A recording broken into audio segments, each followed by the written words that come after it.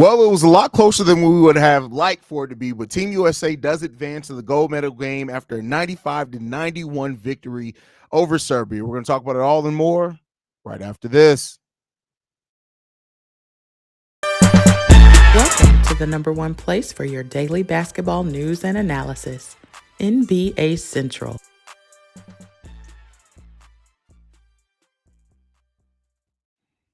What's going on, basketball fans? Welcome to another episode of NBA Central, your number one spot for everything basketball related. This game, man, this game came down to the wire. Serbia was kicking Team USA's ass there for a minute, up by as much as 17 points at one point in this game.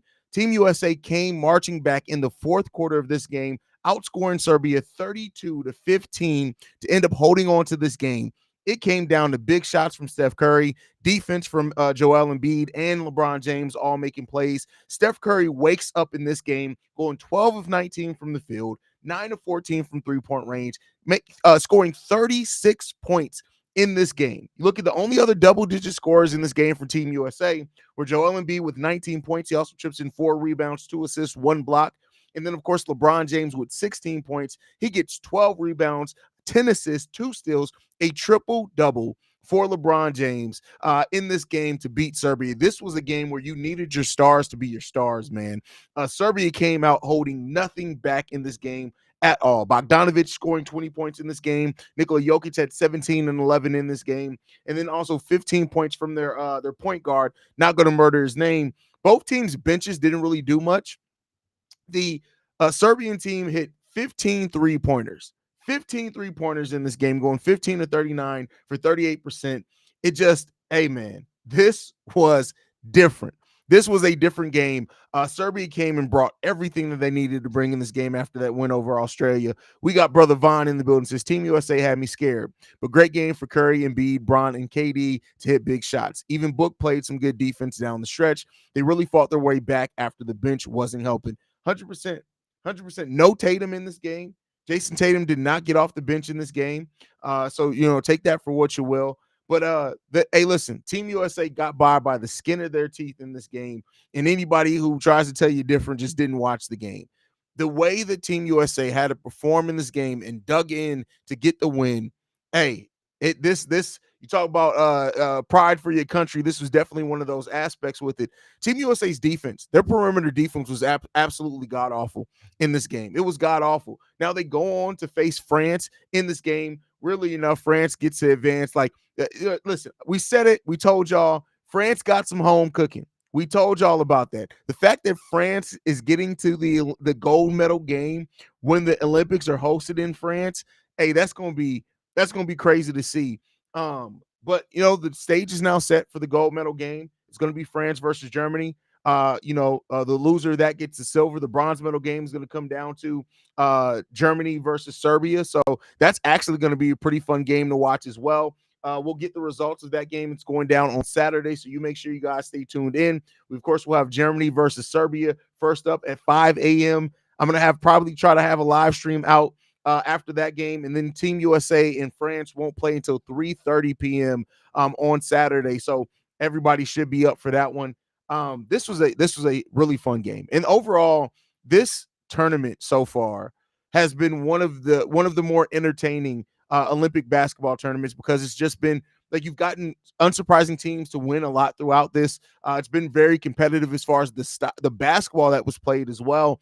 Probably one of the more competitive tournaments that we've seen in the Olympics in a while as well. Probably the last 2 or 3 Olympics, which I guess that's not a while. That's like 12 years that span. So take that for what you will. Like, damn, Josh Giddey was 9 years old 3 Olympics ago. But overall, man, just really fun game for Team USA. Needing this big game from Curry. Steph Curry, you guys, if you listen to us, then when we reviewed the knockout round, we talked about how bad Steph Curry has been shooting, and he picked the right game to wake up shooting wise. If it wasn't for Steph Curry shooting the way that he did throughout the first 3 quarters of this game, Team USA would not have been in a position to win this game at all, I don't think. So the Steph Curry just having a huge performance, those 36 points were just huge to watch. And LeBron James with this triple-double. I remember when LeBron, after the FIBA tournament, and LeBron put his name in the hat to come back to Team USA. Had said, is LeBron coming back to save Team USA? And people were like, he can't even save the Lakers. Listen, LeBron has been great throughout this whole entire tournament, and you can if you don't like LeBron, you guys know I'm a Bulls fan, so I'm not a big LeBron guy, but like you can't deny greatness sometimes. And LeBron James has been playing great throughout this tournament. Big game from Joel Embiid as well. We got Bobby in the building. What's going on, Bobby? What up, homie? Didn't expect to see you. How you feeling about this game, brother? Man, look, I ain't gonna hold y'all. It was definitely one of those where I hit the snooze button and then I'm like, oh shit, the game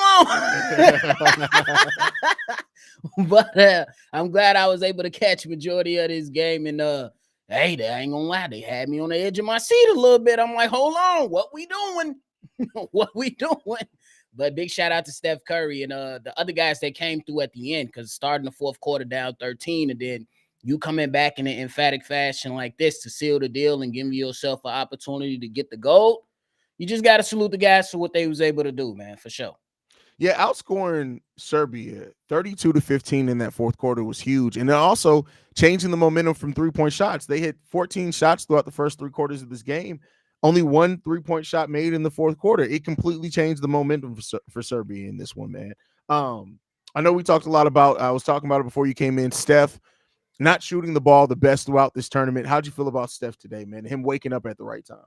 Hey, what Steph Curry was able to do, he was able to keep this team afloat for most of the game, because it was seeming like nobody can have anything really fall. And Steph Curry had really exploded. And it was a game that we absolutely was waiting to see. You know what I'm saying? We had the LeBron James game early on. You know what I'm saying? During the exhibitions, we had the Kevin Durant game when he was returning and went absolutely perfect. And then we met up. We talked about, hey, where's Steph Curry? He's one of the OGs of this squad. You know what I'm saying? Maybe one of his last runs with this squad. And it was great to see, you know what I'm saying? So you can try to push for that goal. We already came in and said that it ain't going to be a cakewalk. It's not going to be easy. And you definitely can't overlook Serbia, especially with the Joker on the squad.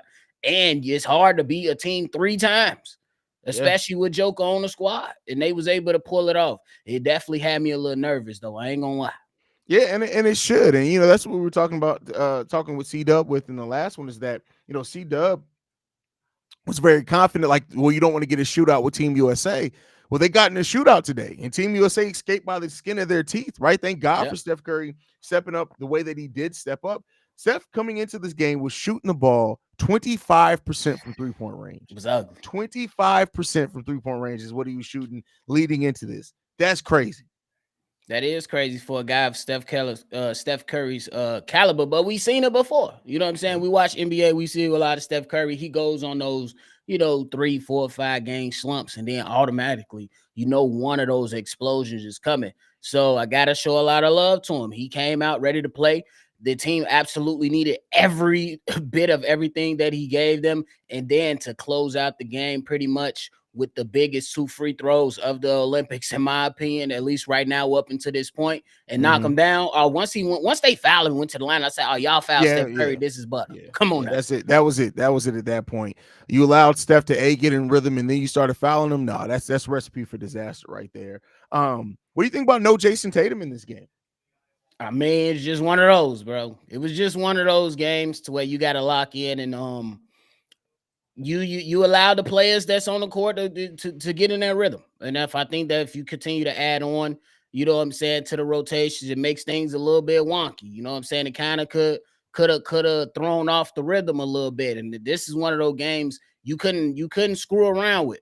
So honestly, I understand that some people might come back to the podium and yell and be mad about Jason Tatum. But I say at this point of this tournament, bro, you trying to capture gold, bro. And you just need guys that maybe not going to play, being the best teammates they can be, being a pro that they can be. And hell, I ain't going to be, I guarantee this. If Jason Tatum wins gold on Saturday, I'm pretty sure he don't give a damn about this game. Yeah, I agree with that. I agree. At the end of the day, yes, you said it right. What you said, it's about obtaining gold. That's what this most important thing is. This isn't about egos. This is for country. This is for competition. This isn't the NBA. We're not worried about minutes in a case like this. But let's go ahead while we're on it. Let's preview these medal games, brother. We got Germany versus Serbia for the bronze medal. How you feeling? I mean, I felt good about Germany, and then they let France come out. And honestly, I don't know what the hell they were doing. Like that's just like it was like they ran away from everything that got them up into this point.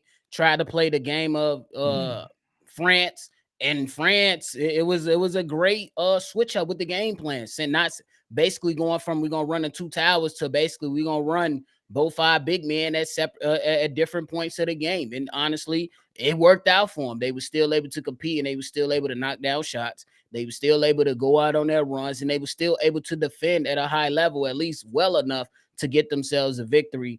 To a victory, honestly, I didn't see coming. Yeah.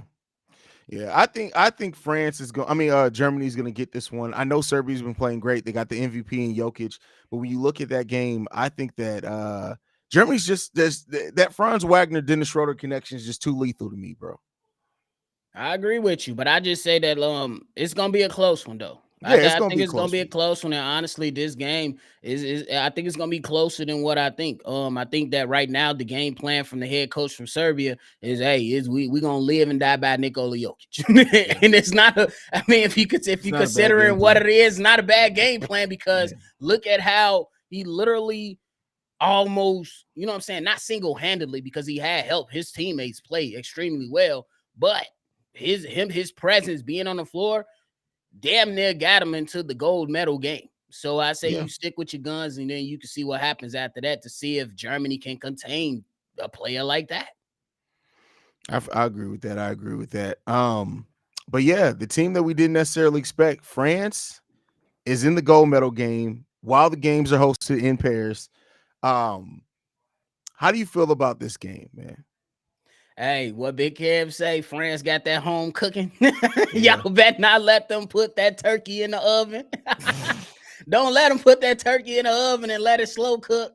That motherfucker gonna be juicy and good once you carve him up. But I'm looking at France. I'm like, hey, they got a nice presence within the paint to where they can Yeah. present out there for Team USA. I don't Team USA doesn't necessarily want to play two bigs at the same time. So France, they should be in good standing for how they want to play with Wemby starting off as the center and then being able to rely on Rudy Gobert. Me personally, though, I'm looking at the matchup for the second big and Anthony Davis versus Rudy Gobert, and I think that Anthony Davis he gotta cook. We got to get an Anthony Davis game, and maybe Joel Embiid, but one of these big mans got to have a big night for sure.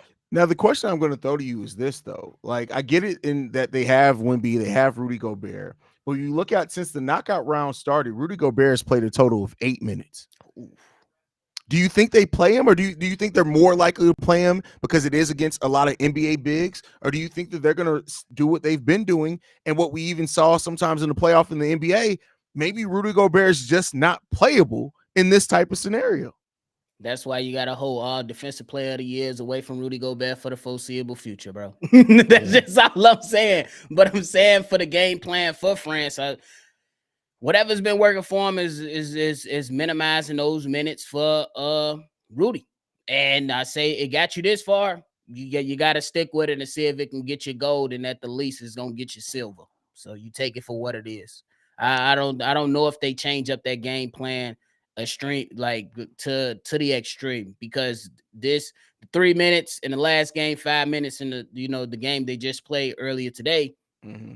You got to rock and roll with it because honestly, I thought Germany was gonna give it to them, but they said I Germany, nah, we want to get this dub, and I they actually definitely won the thought game. that Germany was going to take that game, and France is just France has had the fact they've only lost one game. You said it's home cooking, um, but you can't overlook France. That's one thing that Team USA can't do is they can't overlook France because while France hasn't necessarily shot the ball the best from three or anything like that, like you just want to be prepared for anything. Anything can happen. You don't want to get in foul trouble. You don't want to let physicality. You don't want to let Wemby completely deter you off from playing in the paint.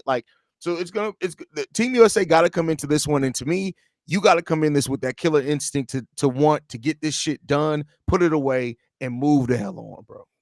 That's a fact, and I think that Team USA, you can't come in this game on how you did. You know what I'm saying? Kind of going with the motions, and then automatic, just turning it on. They tried to turn it on in the first half. I give him that, but it just wasn't good enough. You was still down by double-digit points, and then you battled your way back and had to, like, with 7 minutes left in the fourth quarter, everybody scooting to the edge of their seat like, Team USA, what we doing? You know what I'm saying? And then you just can't play it out that way, because if a couple shots don't go your way, a couple rebounds don't go your way, and some of them didn't go USA's way today. You know what I'm saying? But you squeak this one out, but you got to come take care of business if you want to capture this goal, because France, they feeling good. They gonna have a home crowd behind them, and they gonna be feeling good too. So Team USA got another challenge right ahead of them, bro. Another challenge. Yeah, they got a big challenge ahead of them. They cannot take this for granted at all, and let's hope that they don't. They got to be prepared. This is going to be a fun game. It's going to be a fun couple of games. I can't wait for us to bring you to live on Saturday. Team USA and the gold medal game is at 3:30 Eastern, so that's 2:30 Chicago time. Make sure you guys stay tuned in for that. Any last thoughts, Bob, before we get up out of here? It's going to be a busy Saturday. Damn. Make sure you're well rested.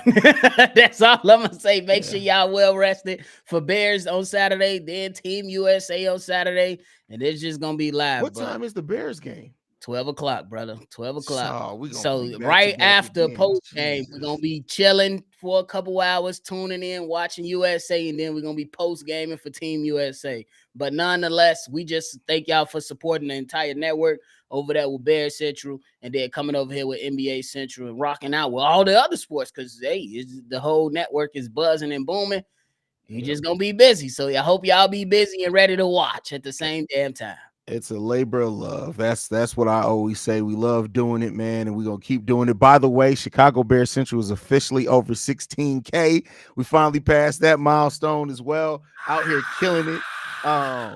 So, yeah, man, we appreciate you guys. Make sure you hit that subscribe button as well. You can follow us at NBA Central Pod. You can send us any feedback, questions, comments, concerns, NBA Central Show at gmail.com. And then lastly, if you want to leave a text message and our voicemail for the mailbag, the number to do so, 773-270-2799. We're the number one spot for everything basketball related. And we'll see you guys sooner rather than later.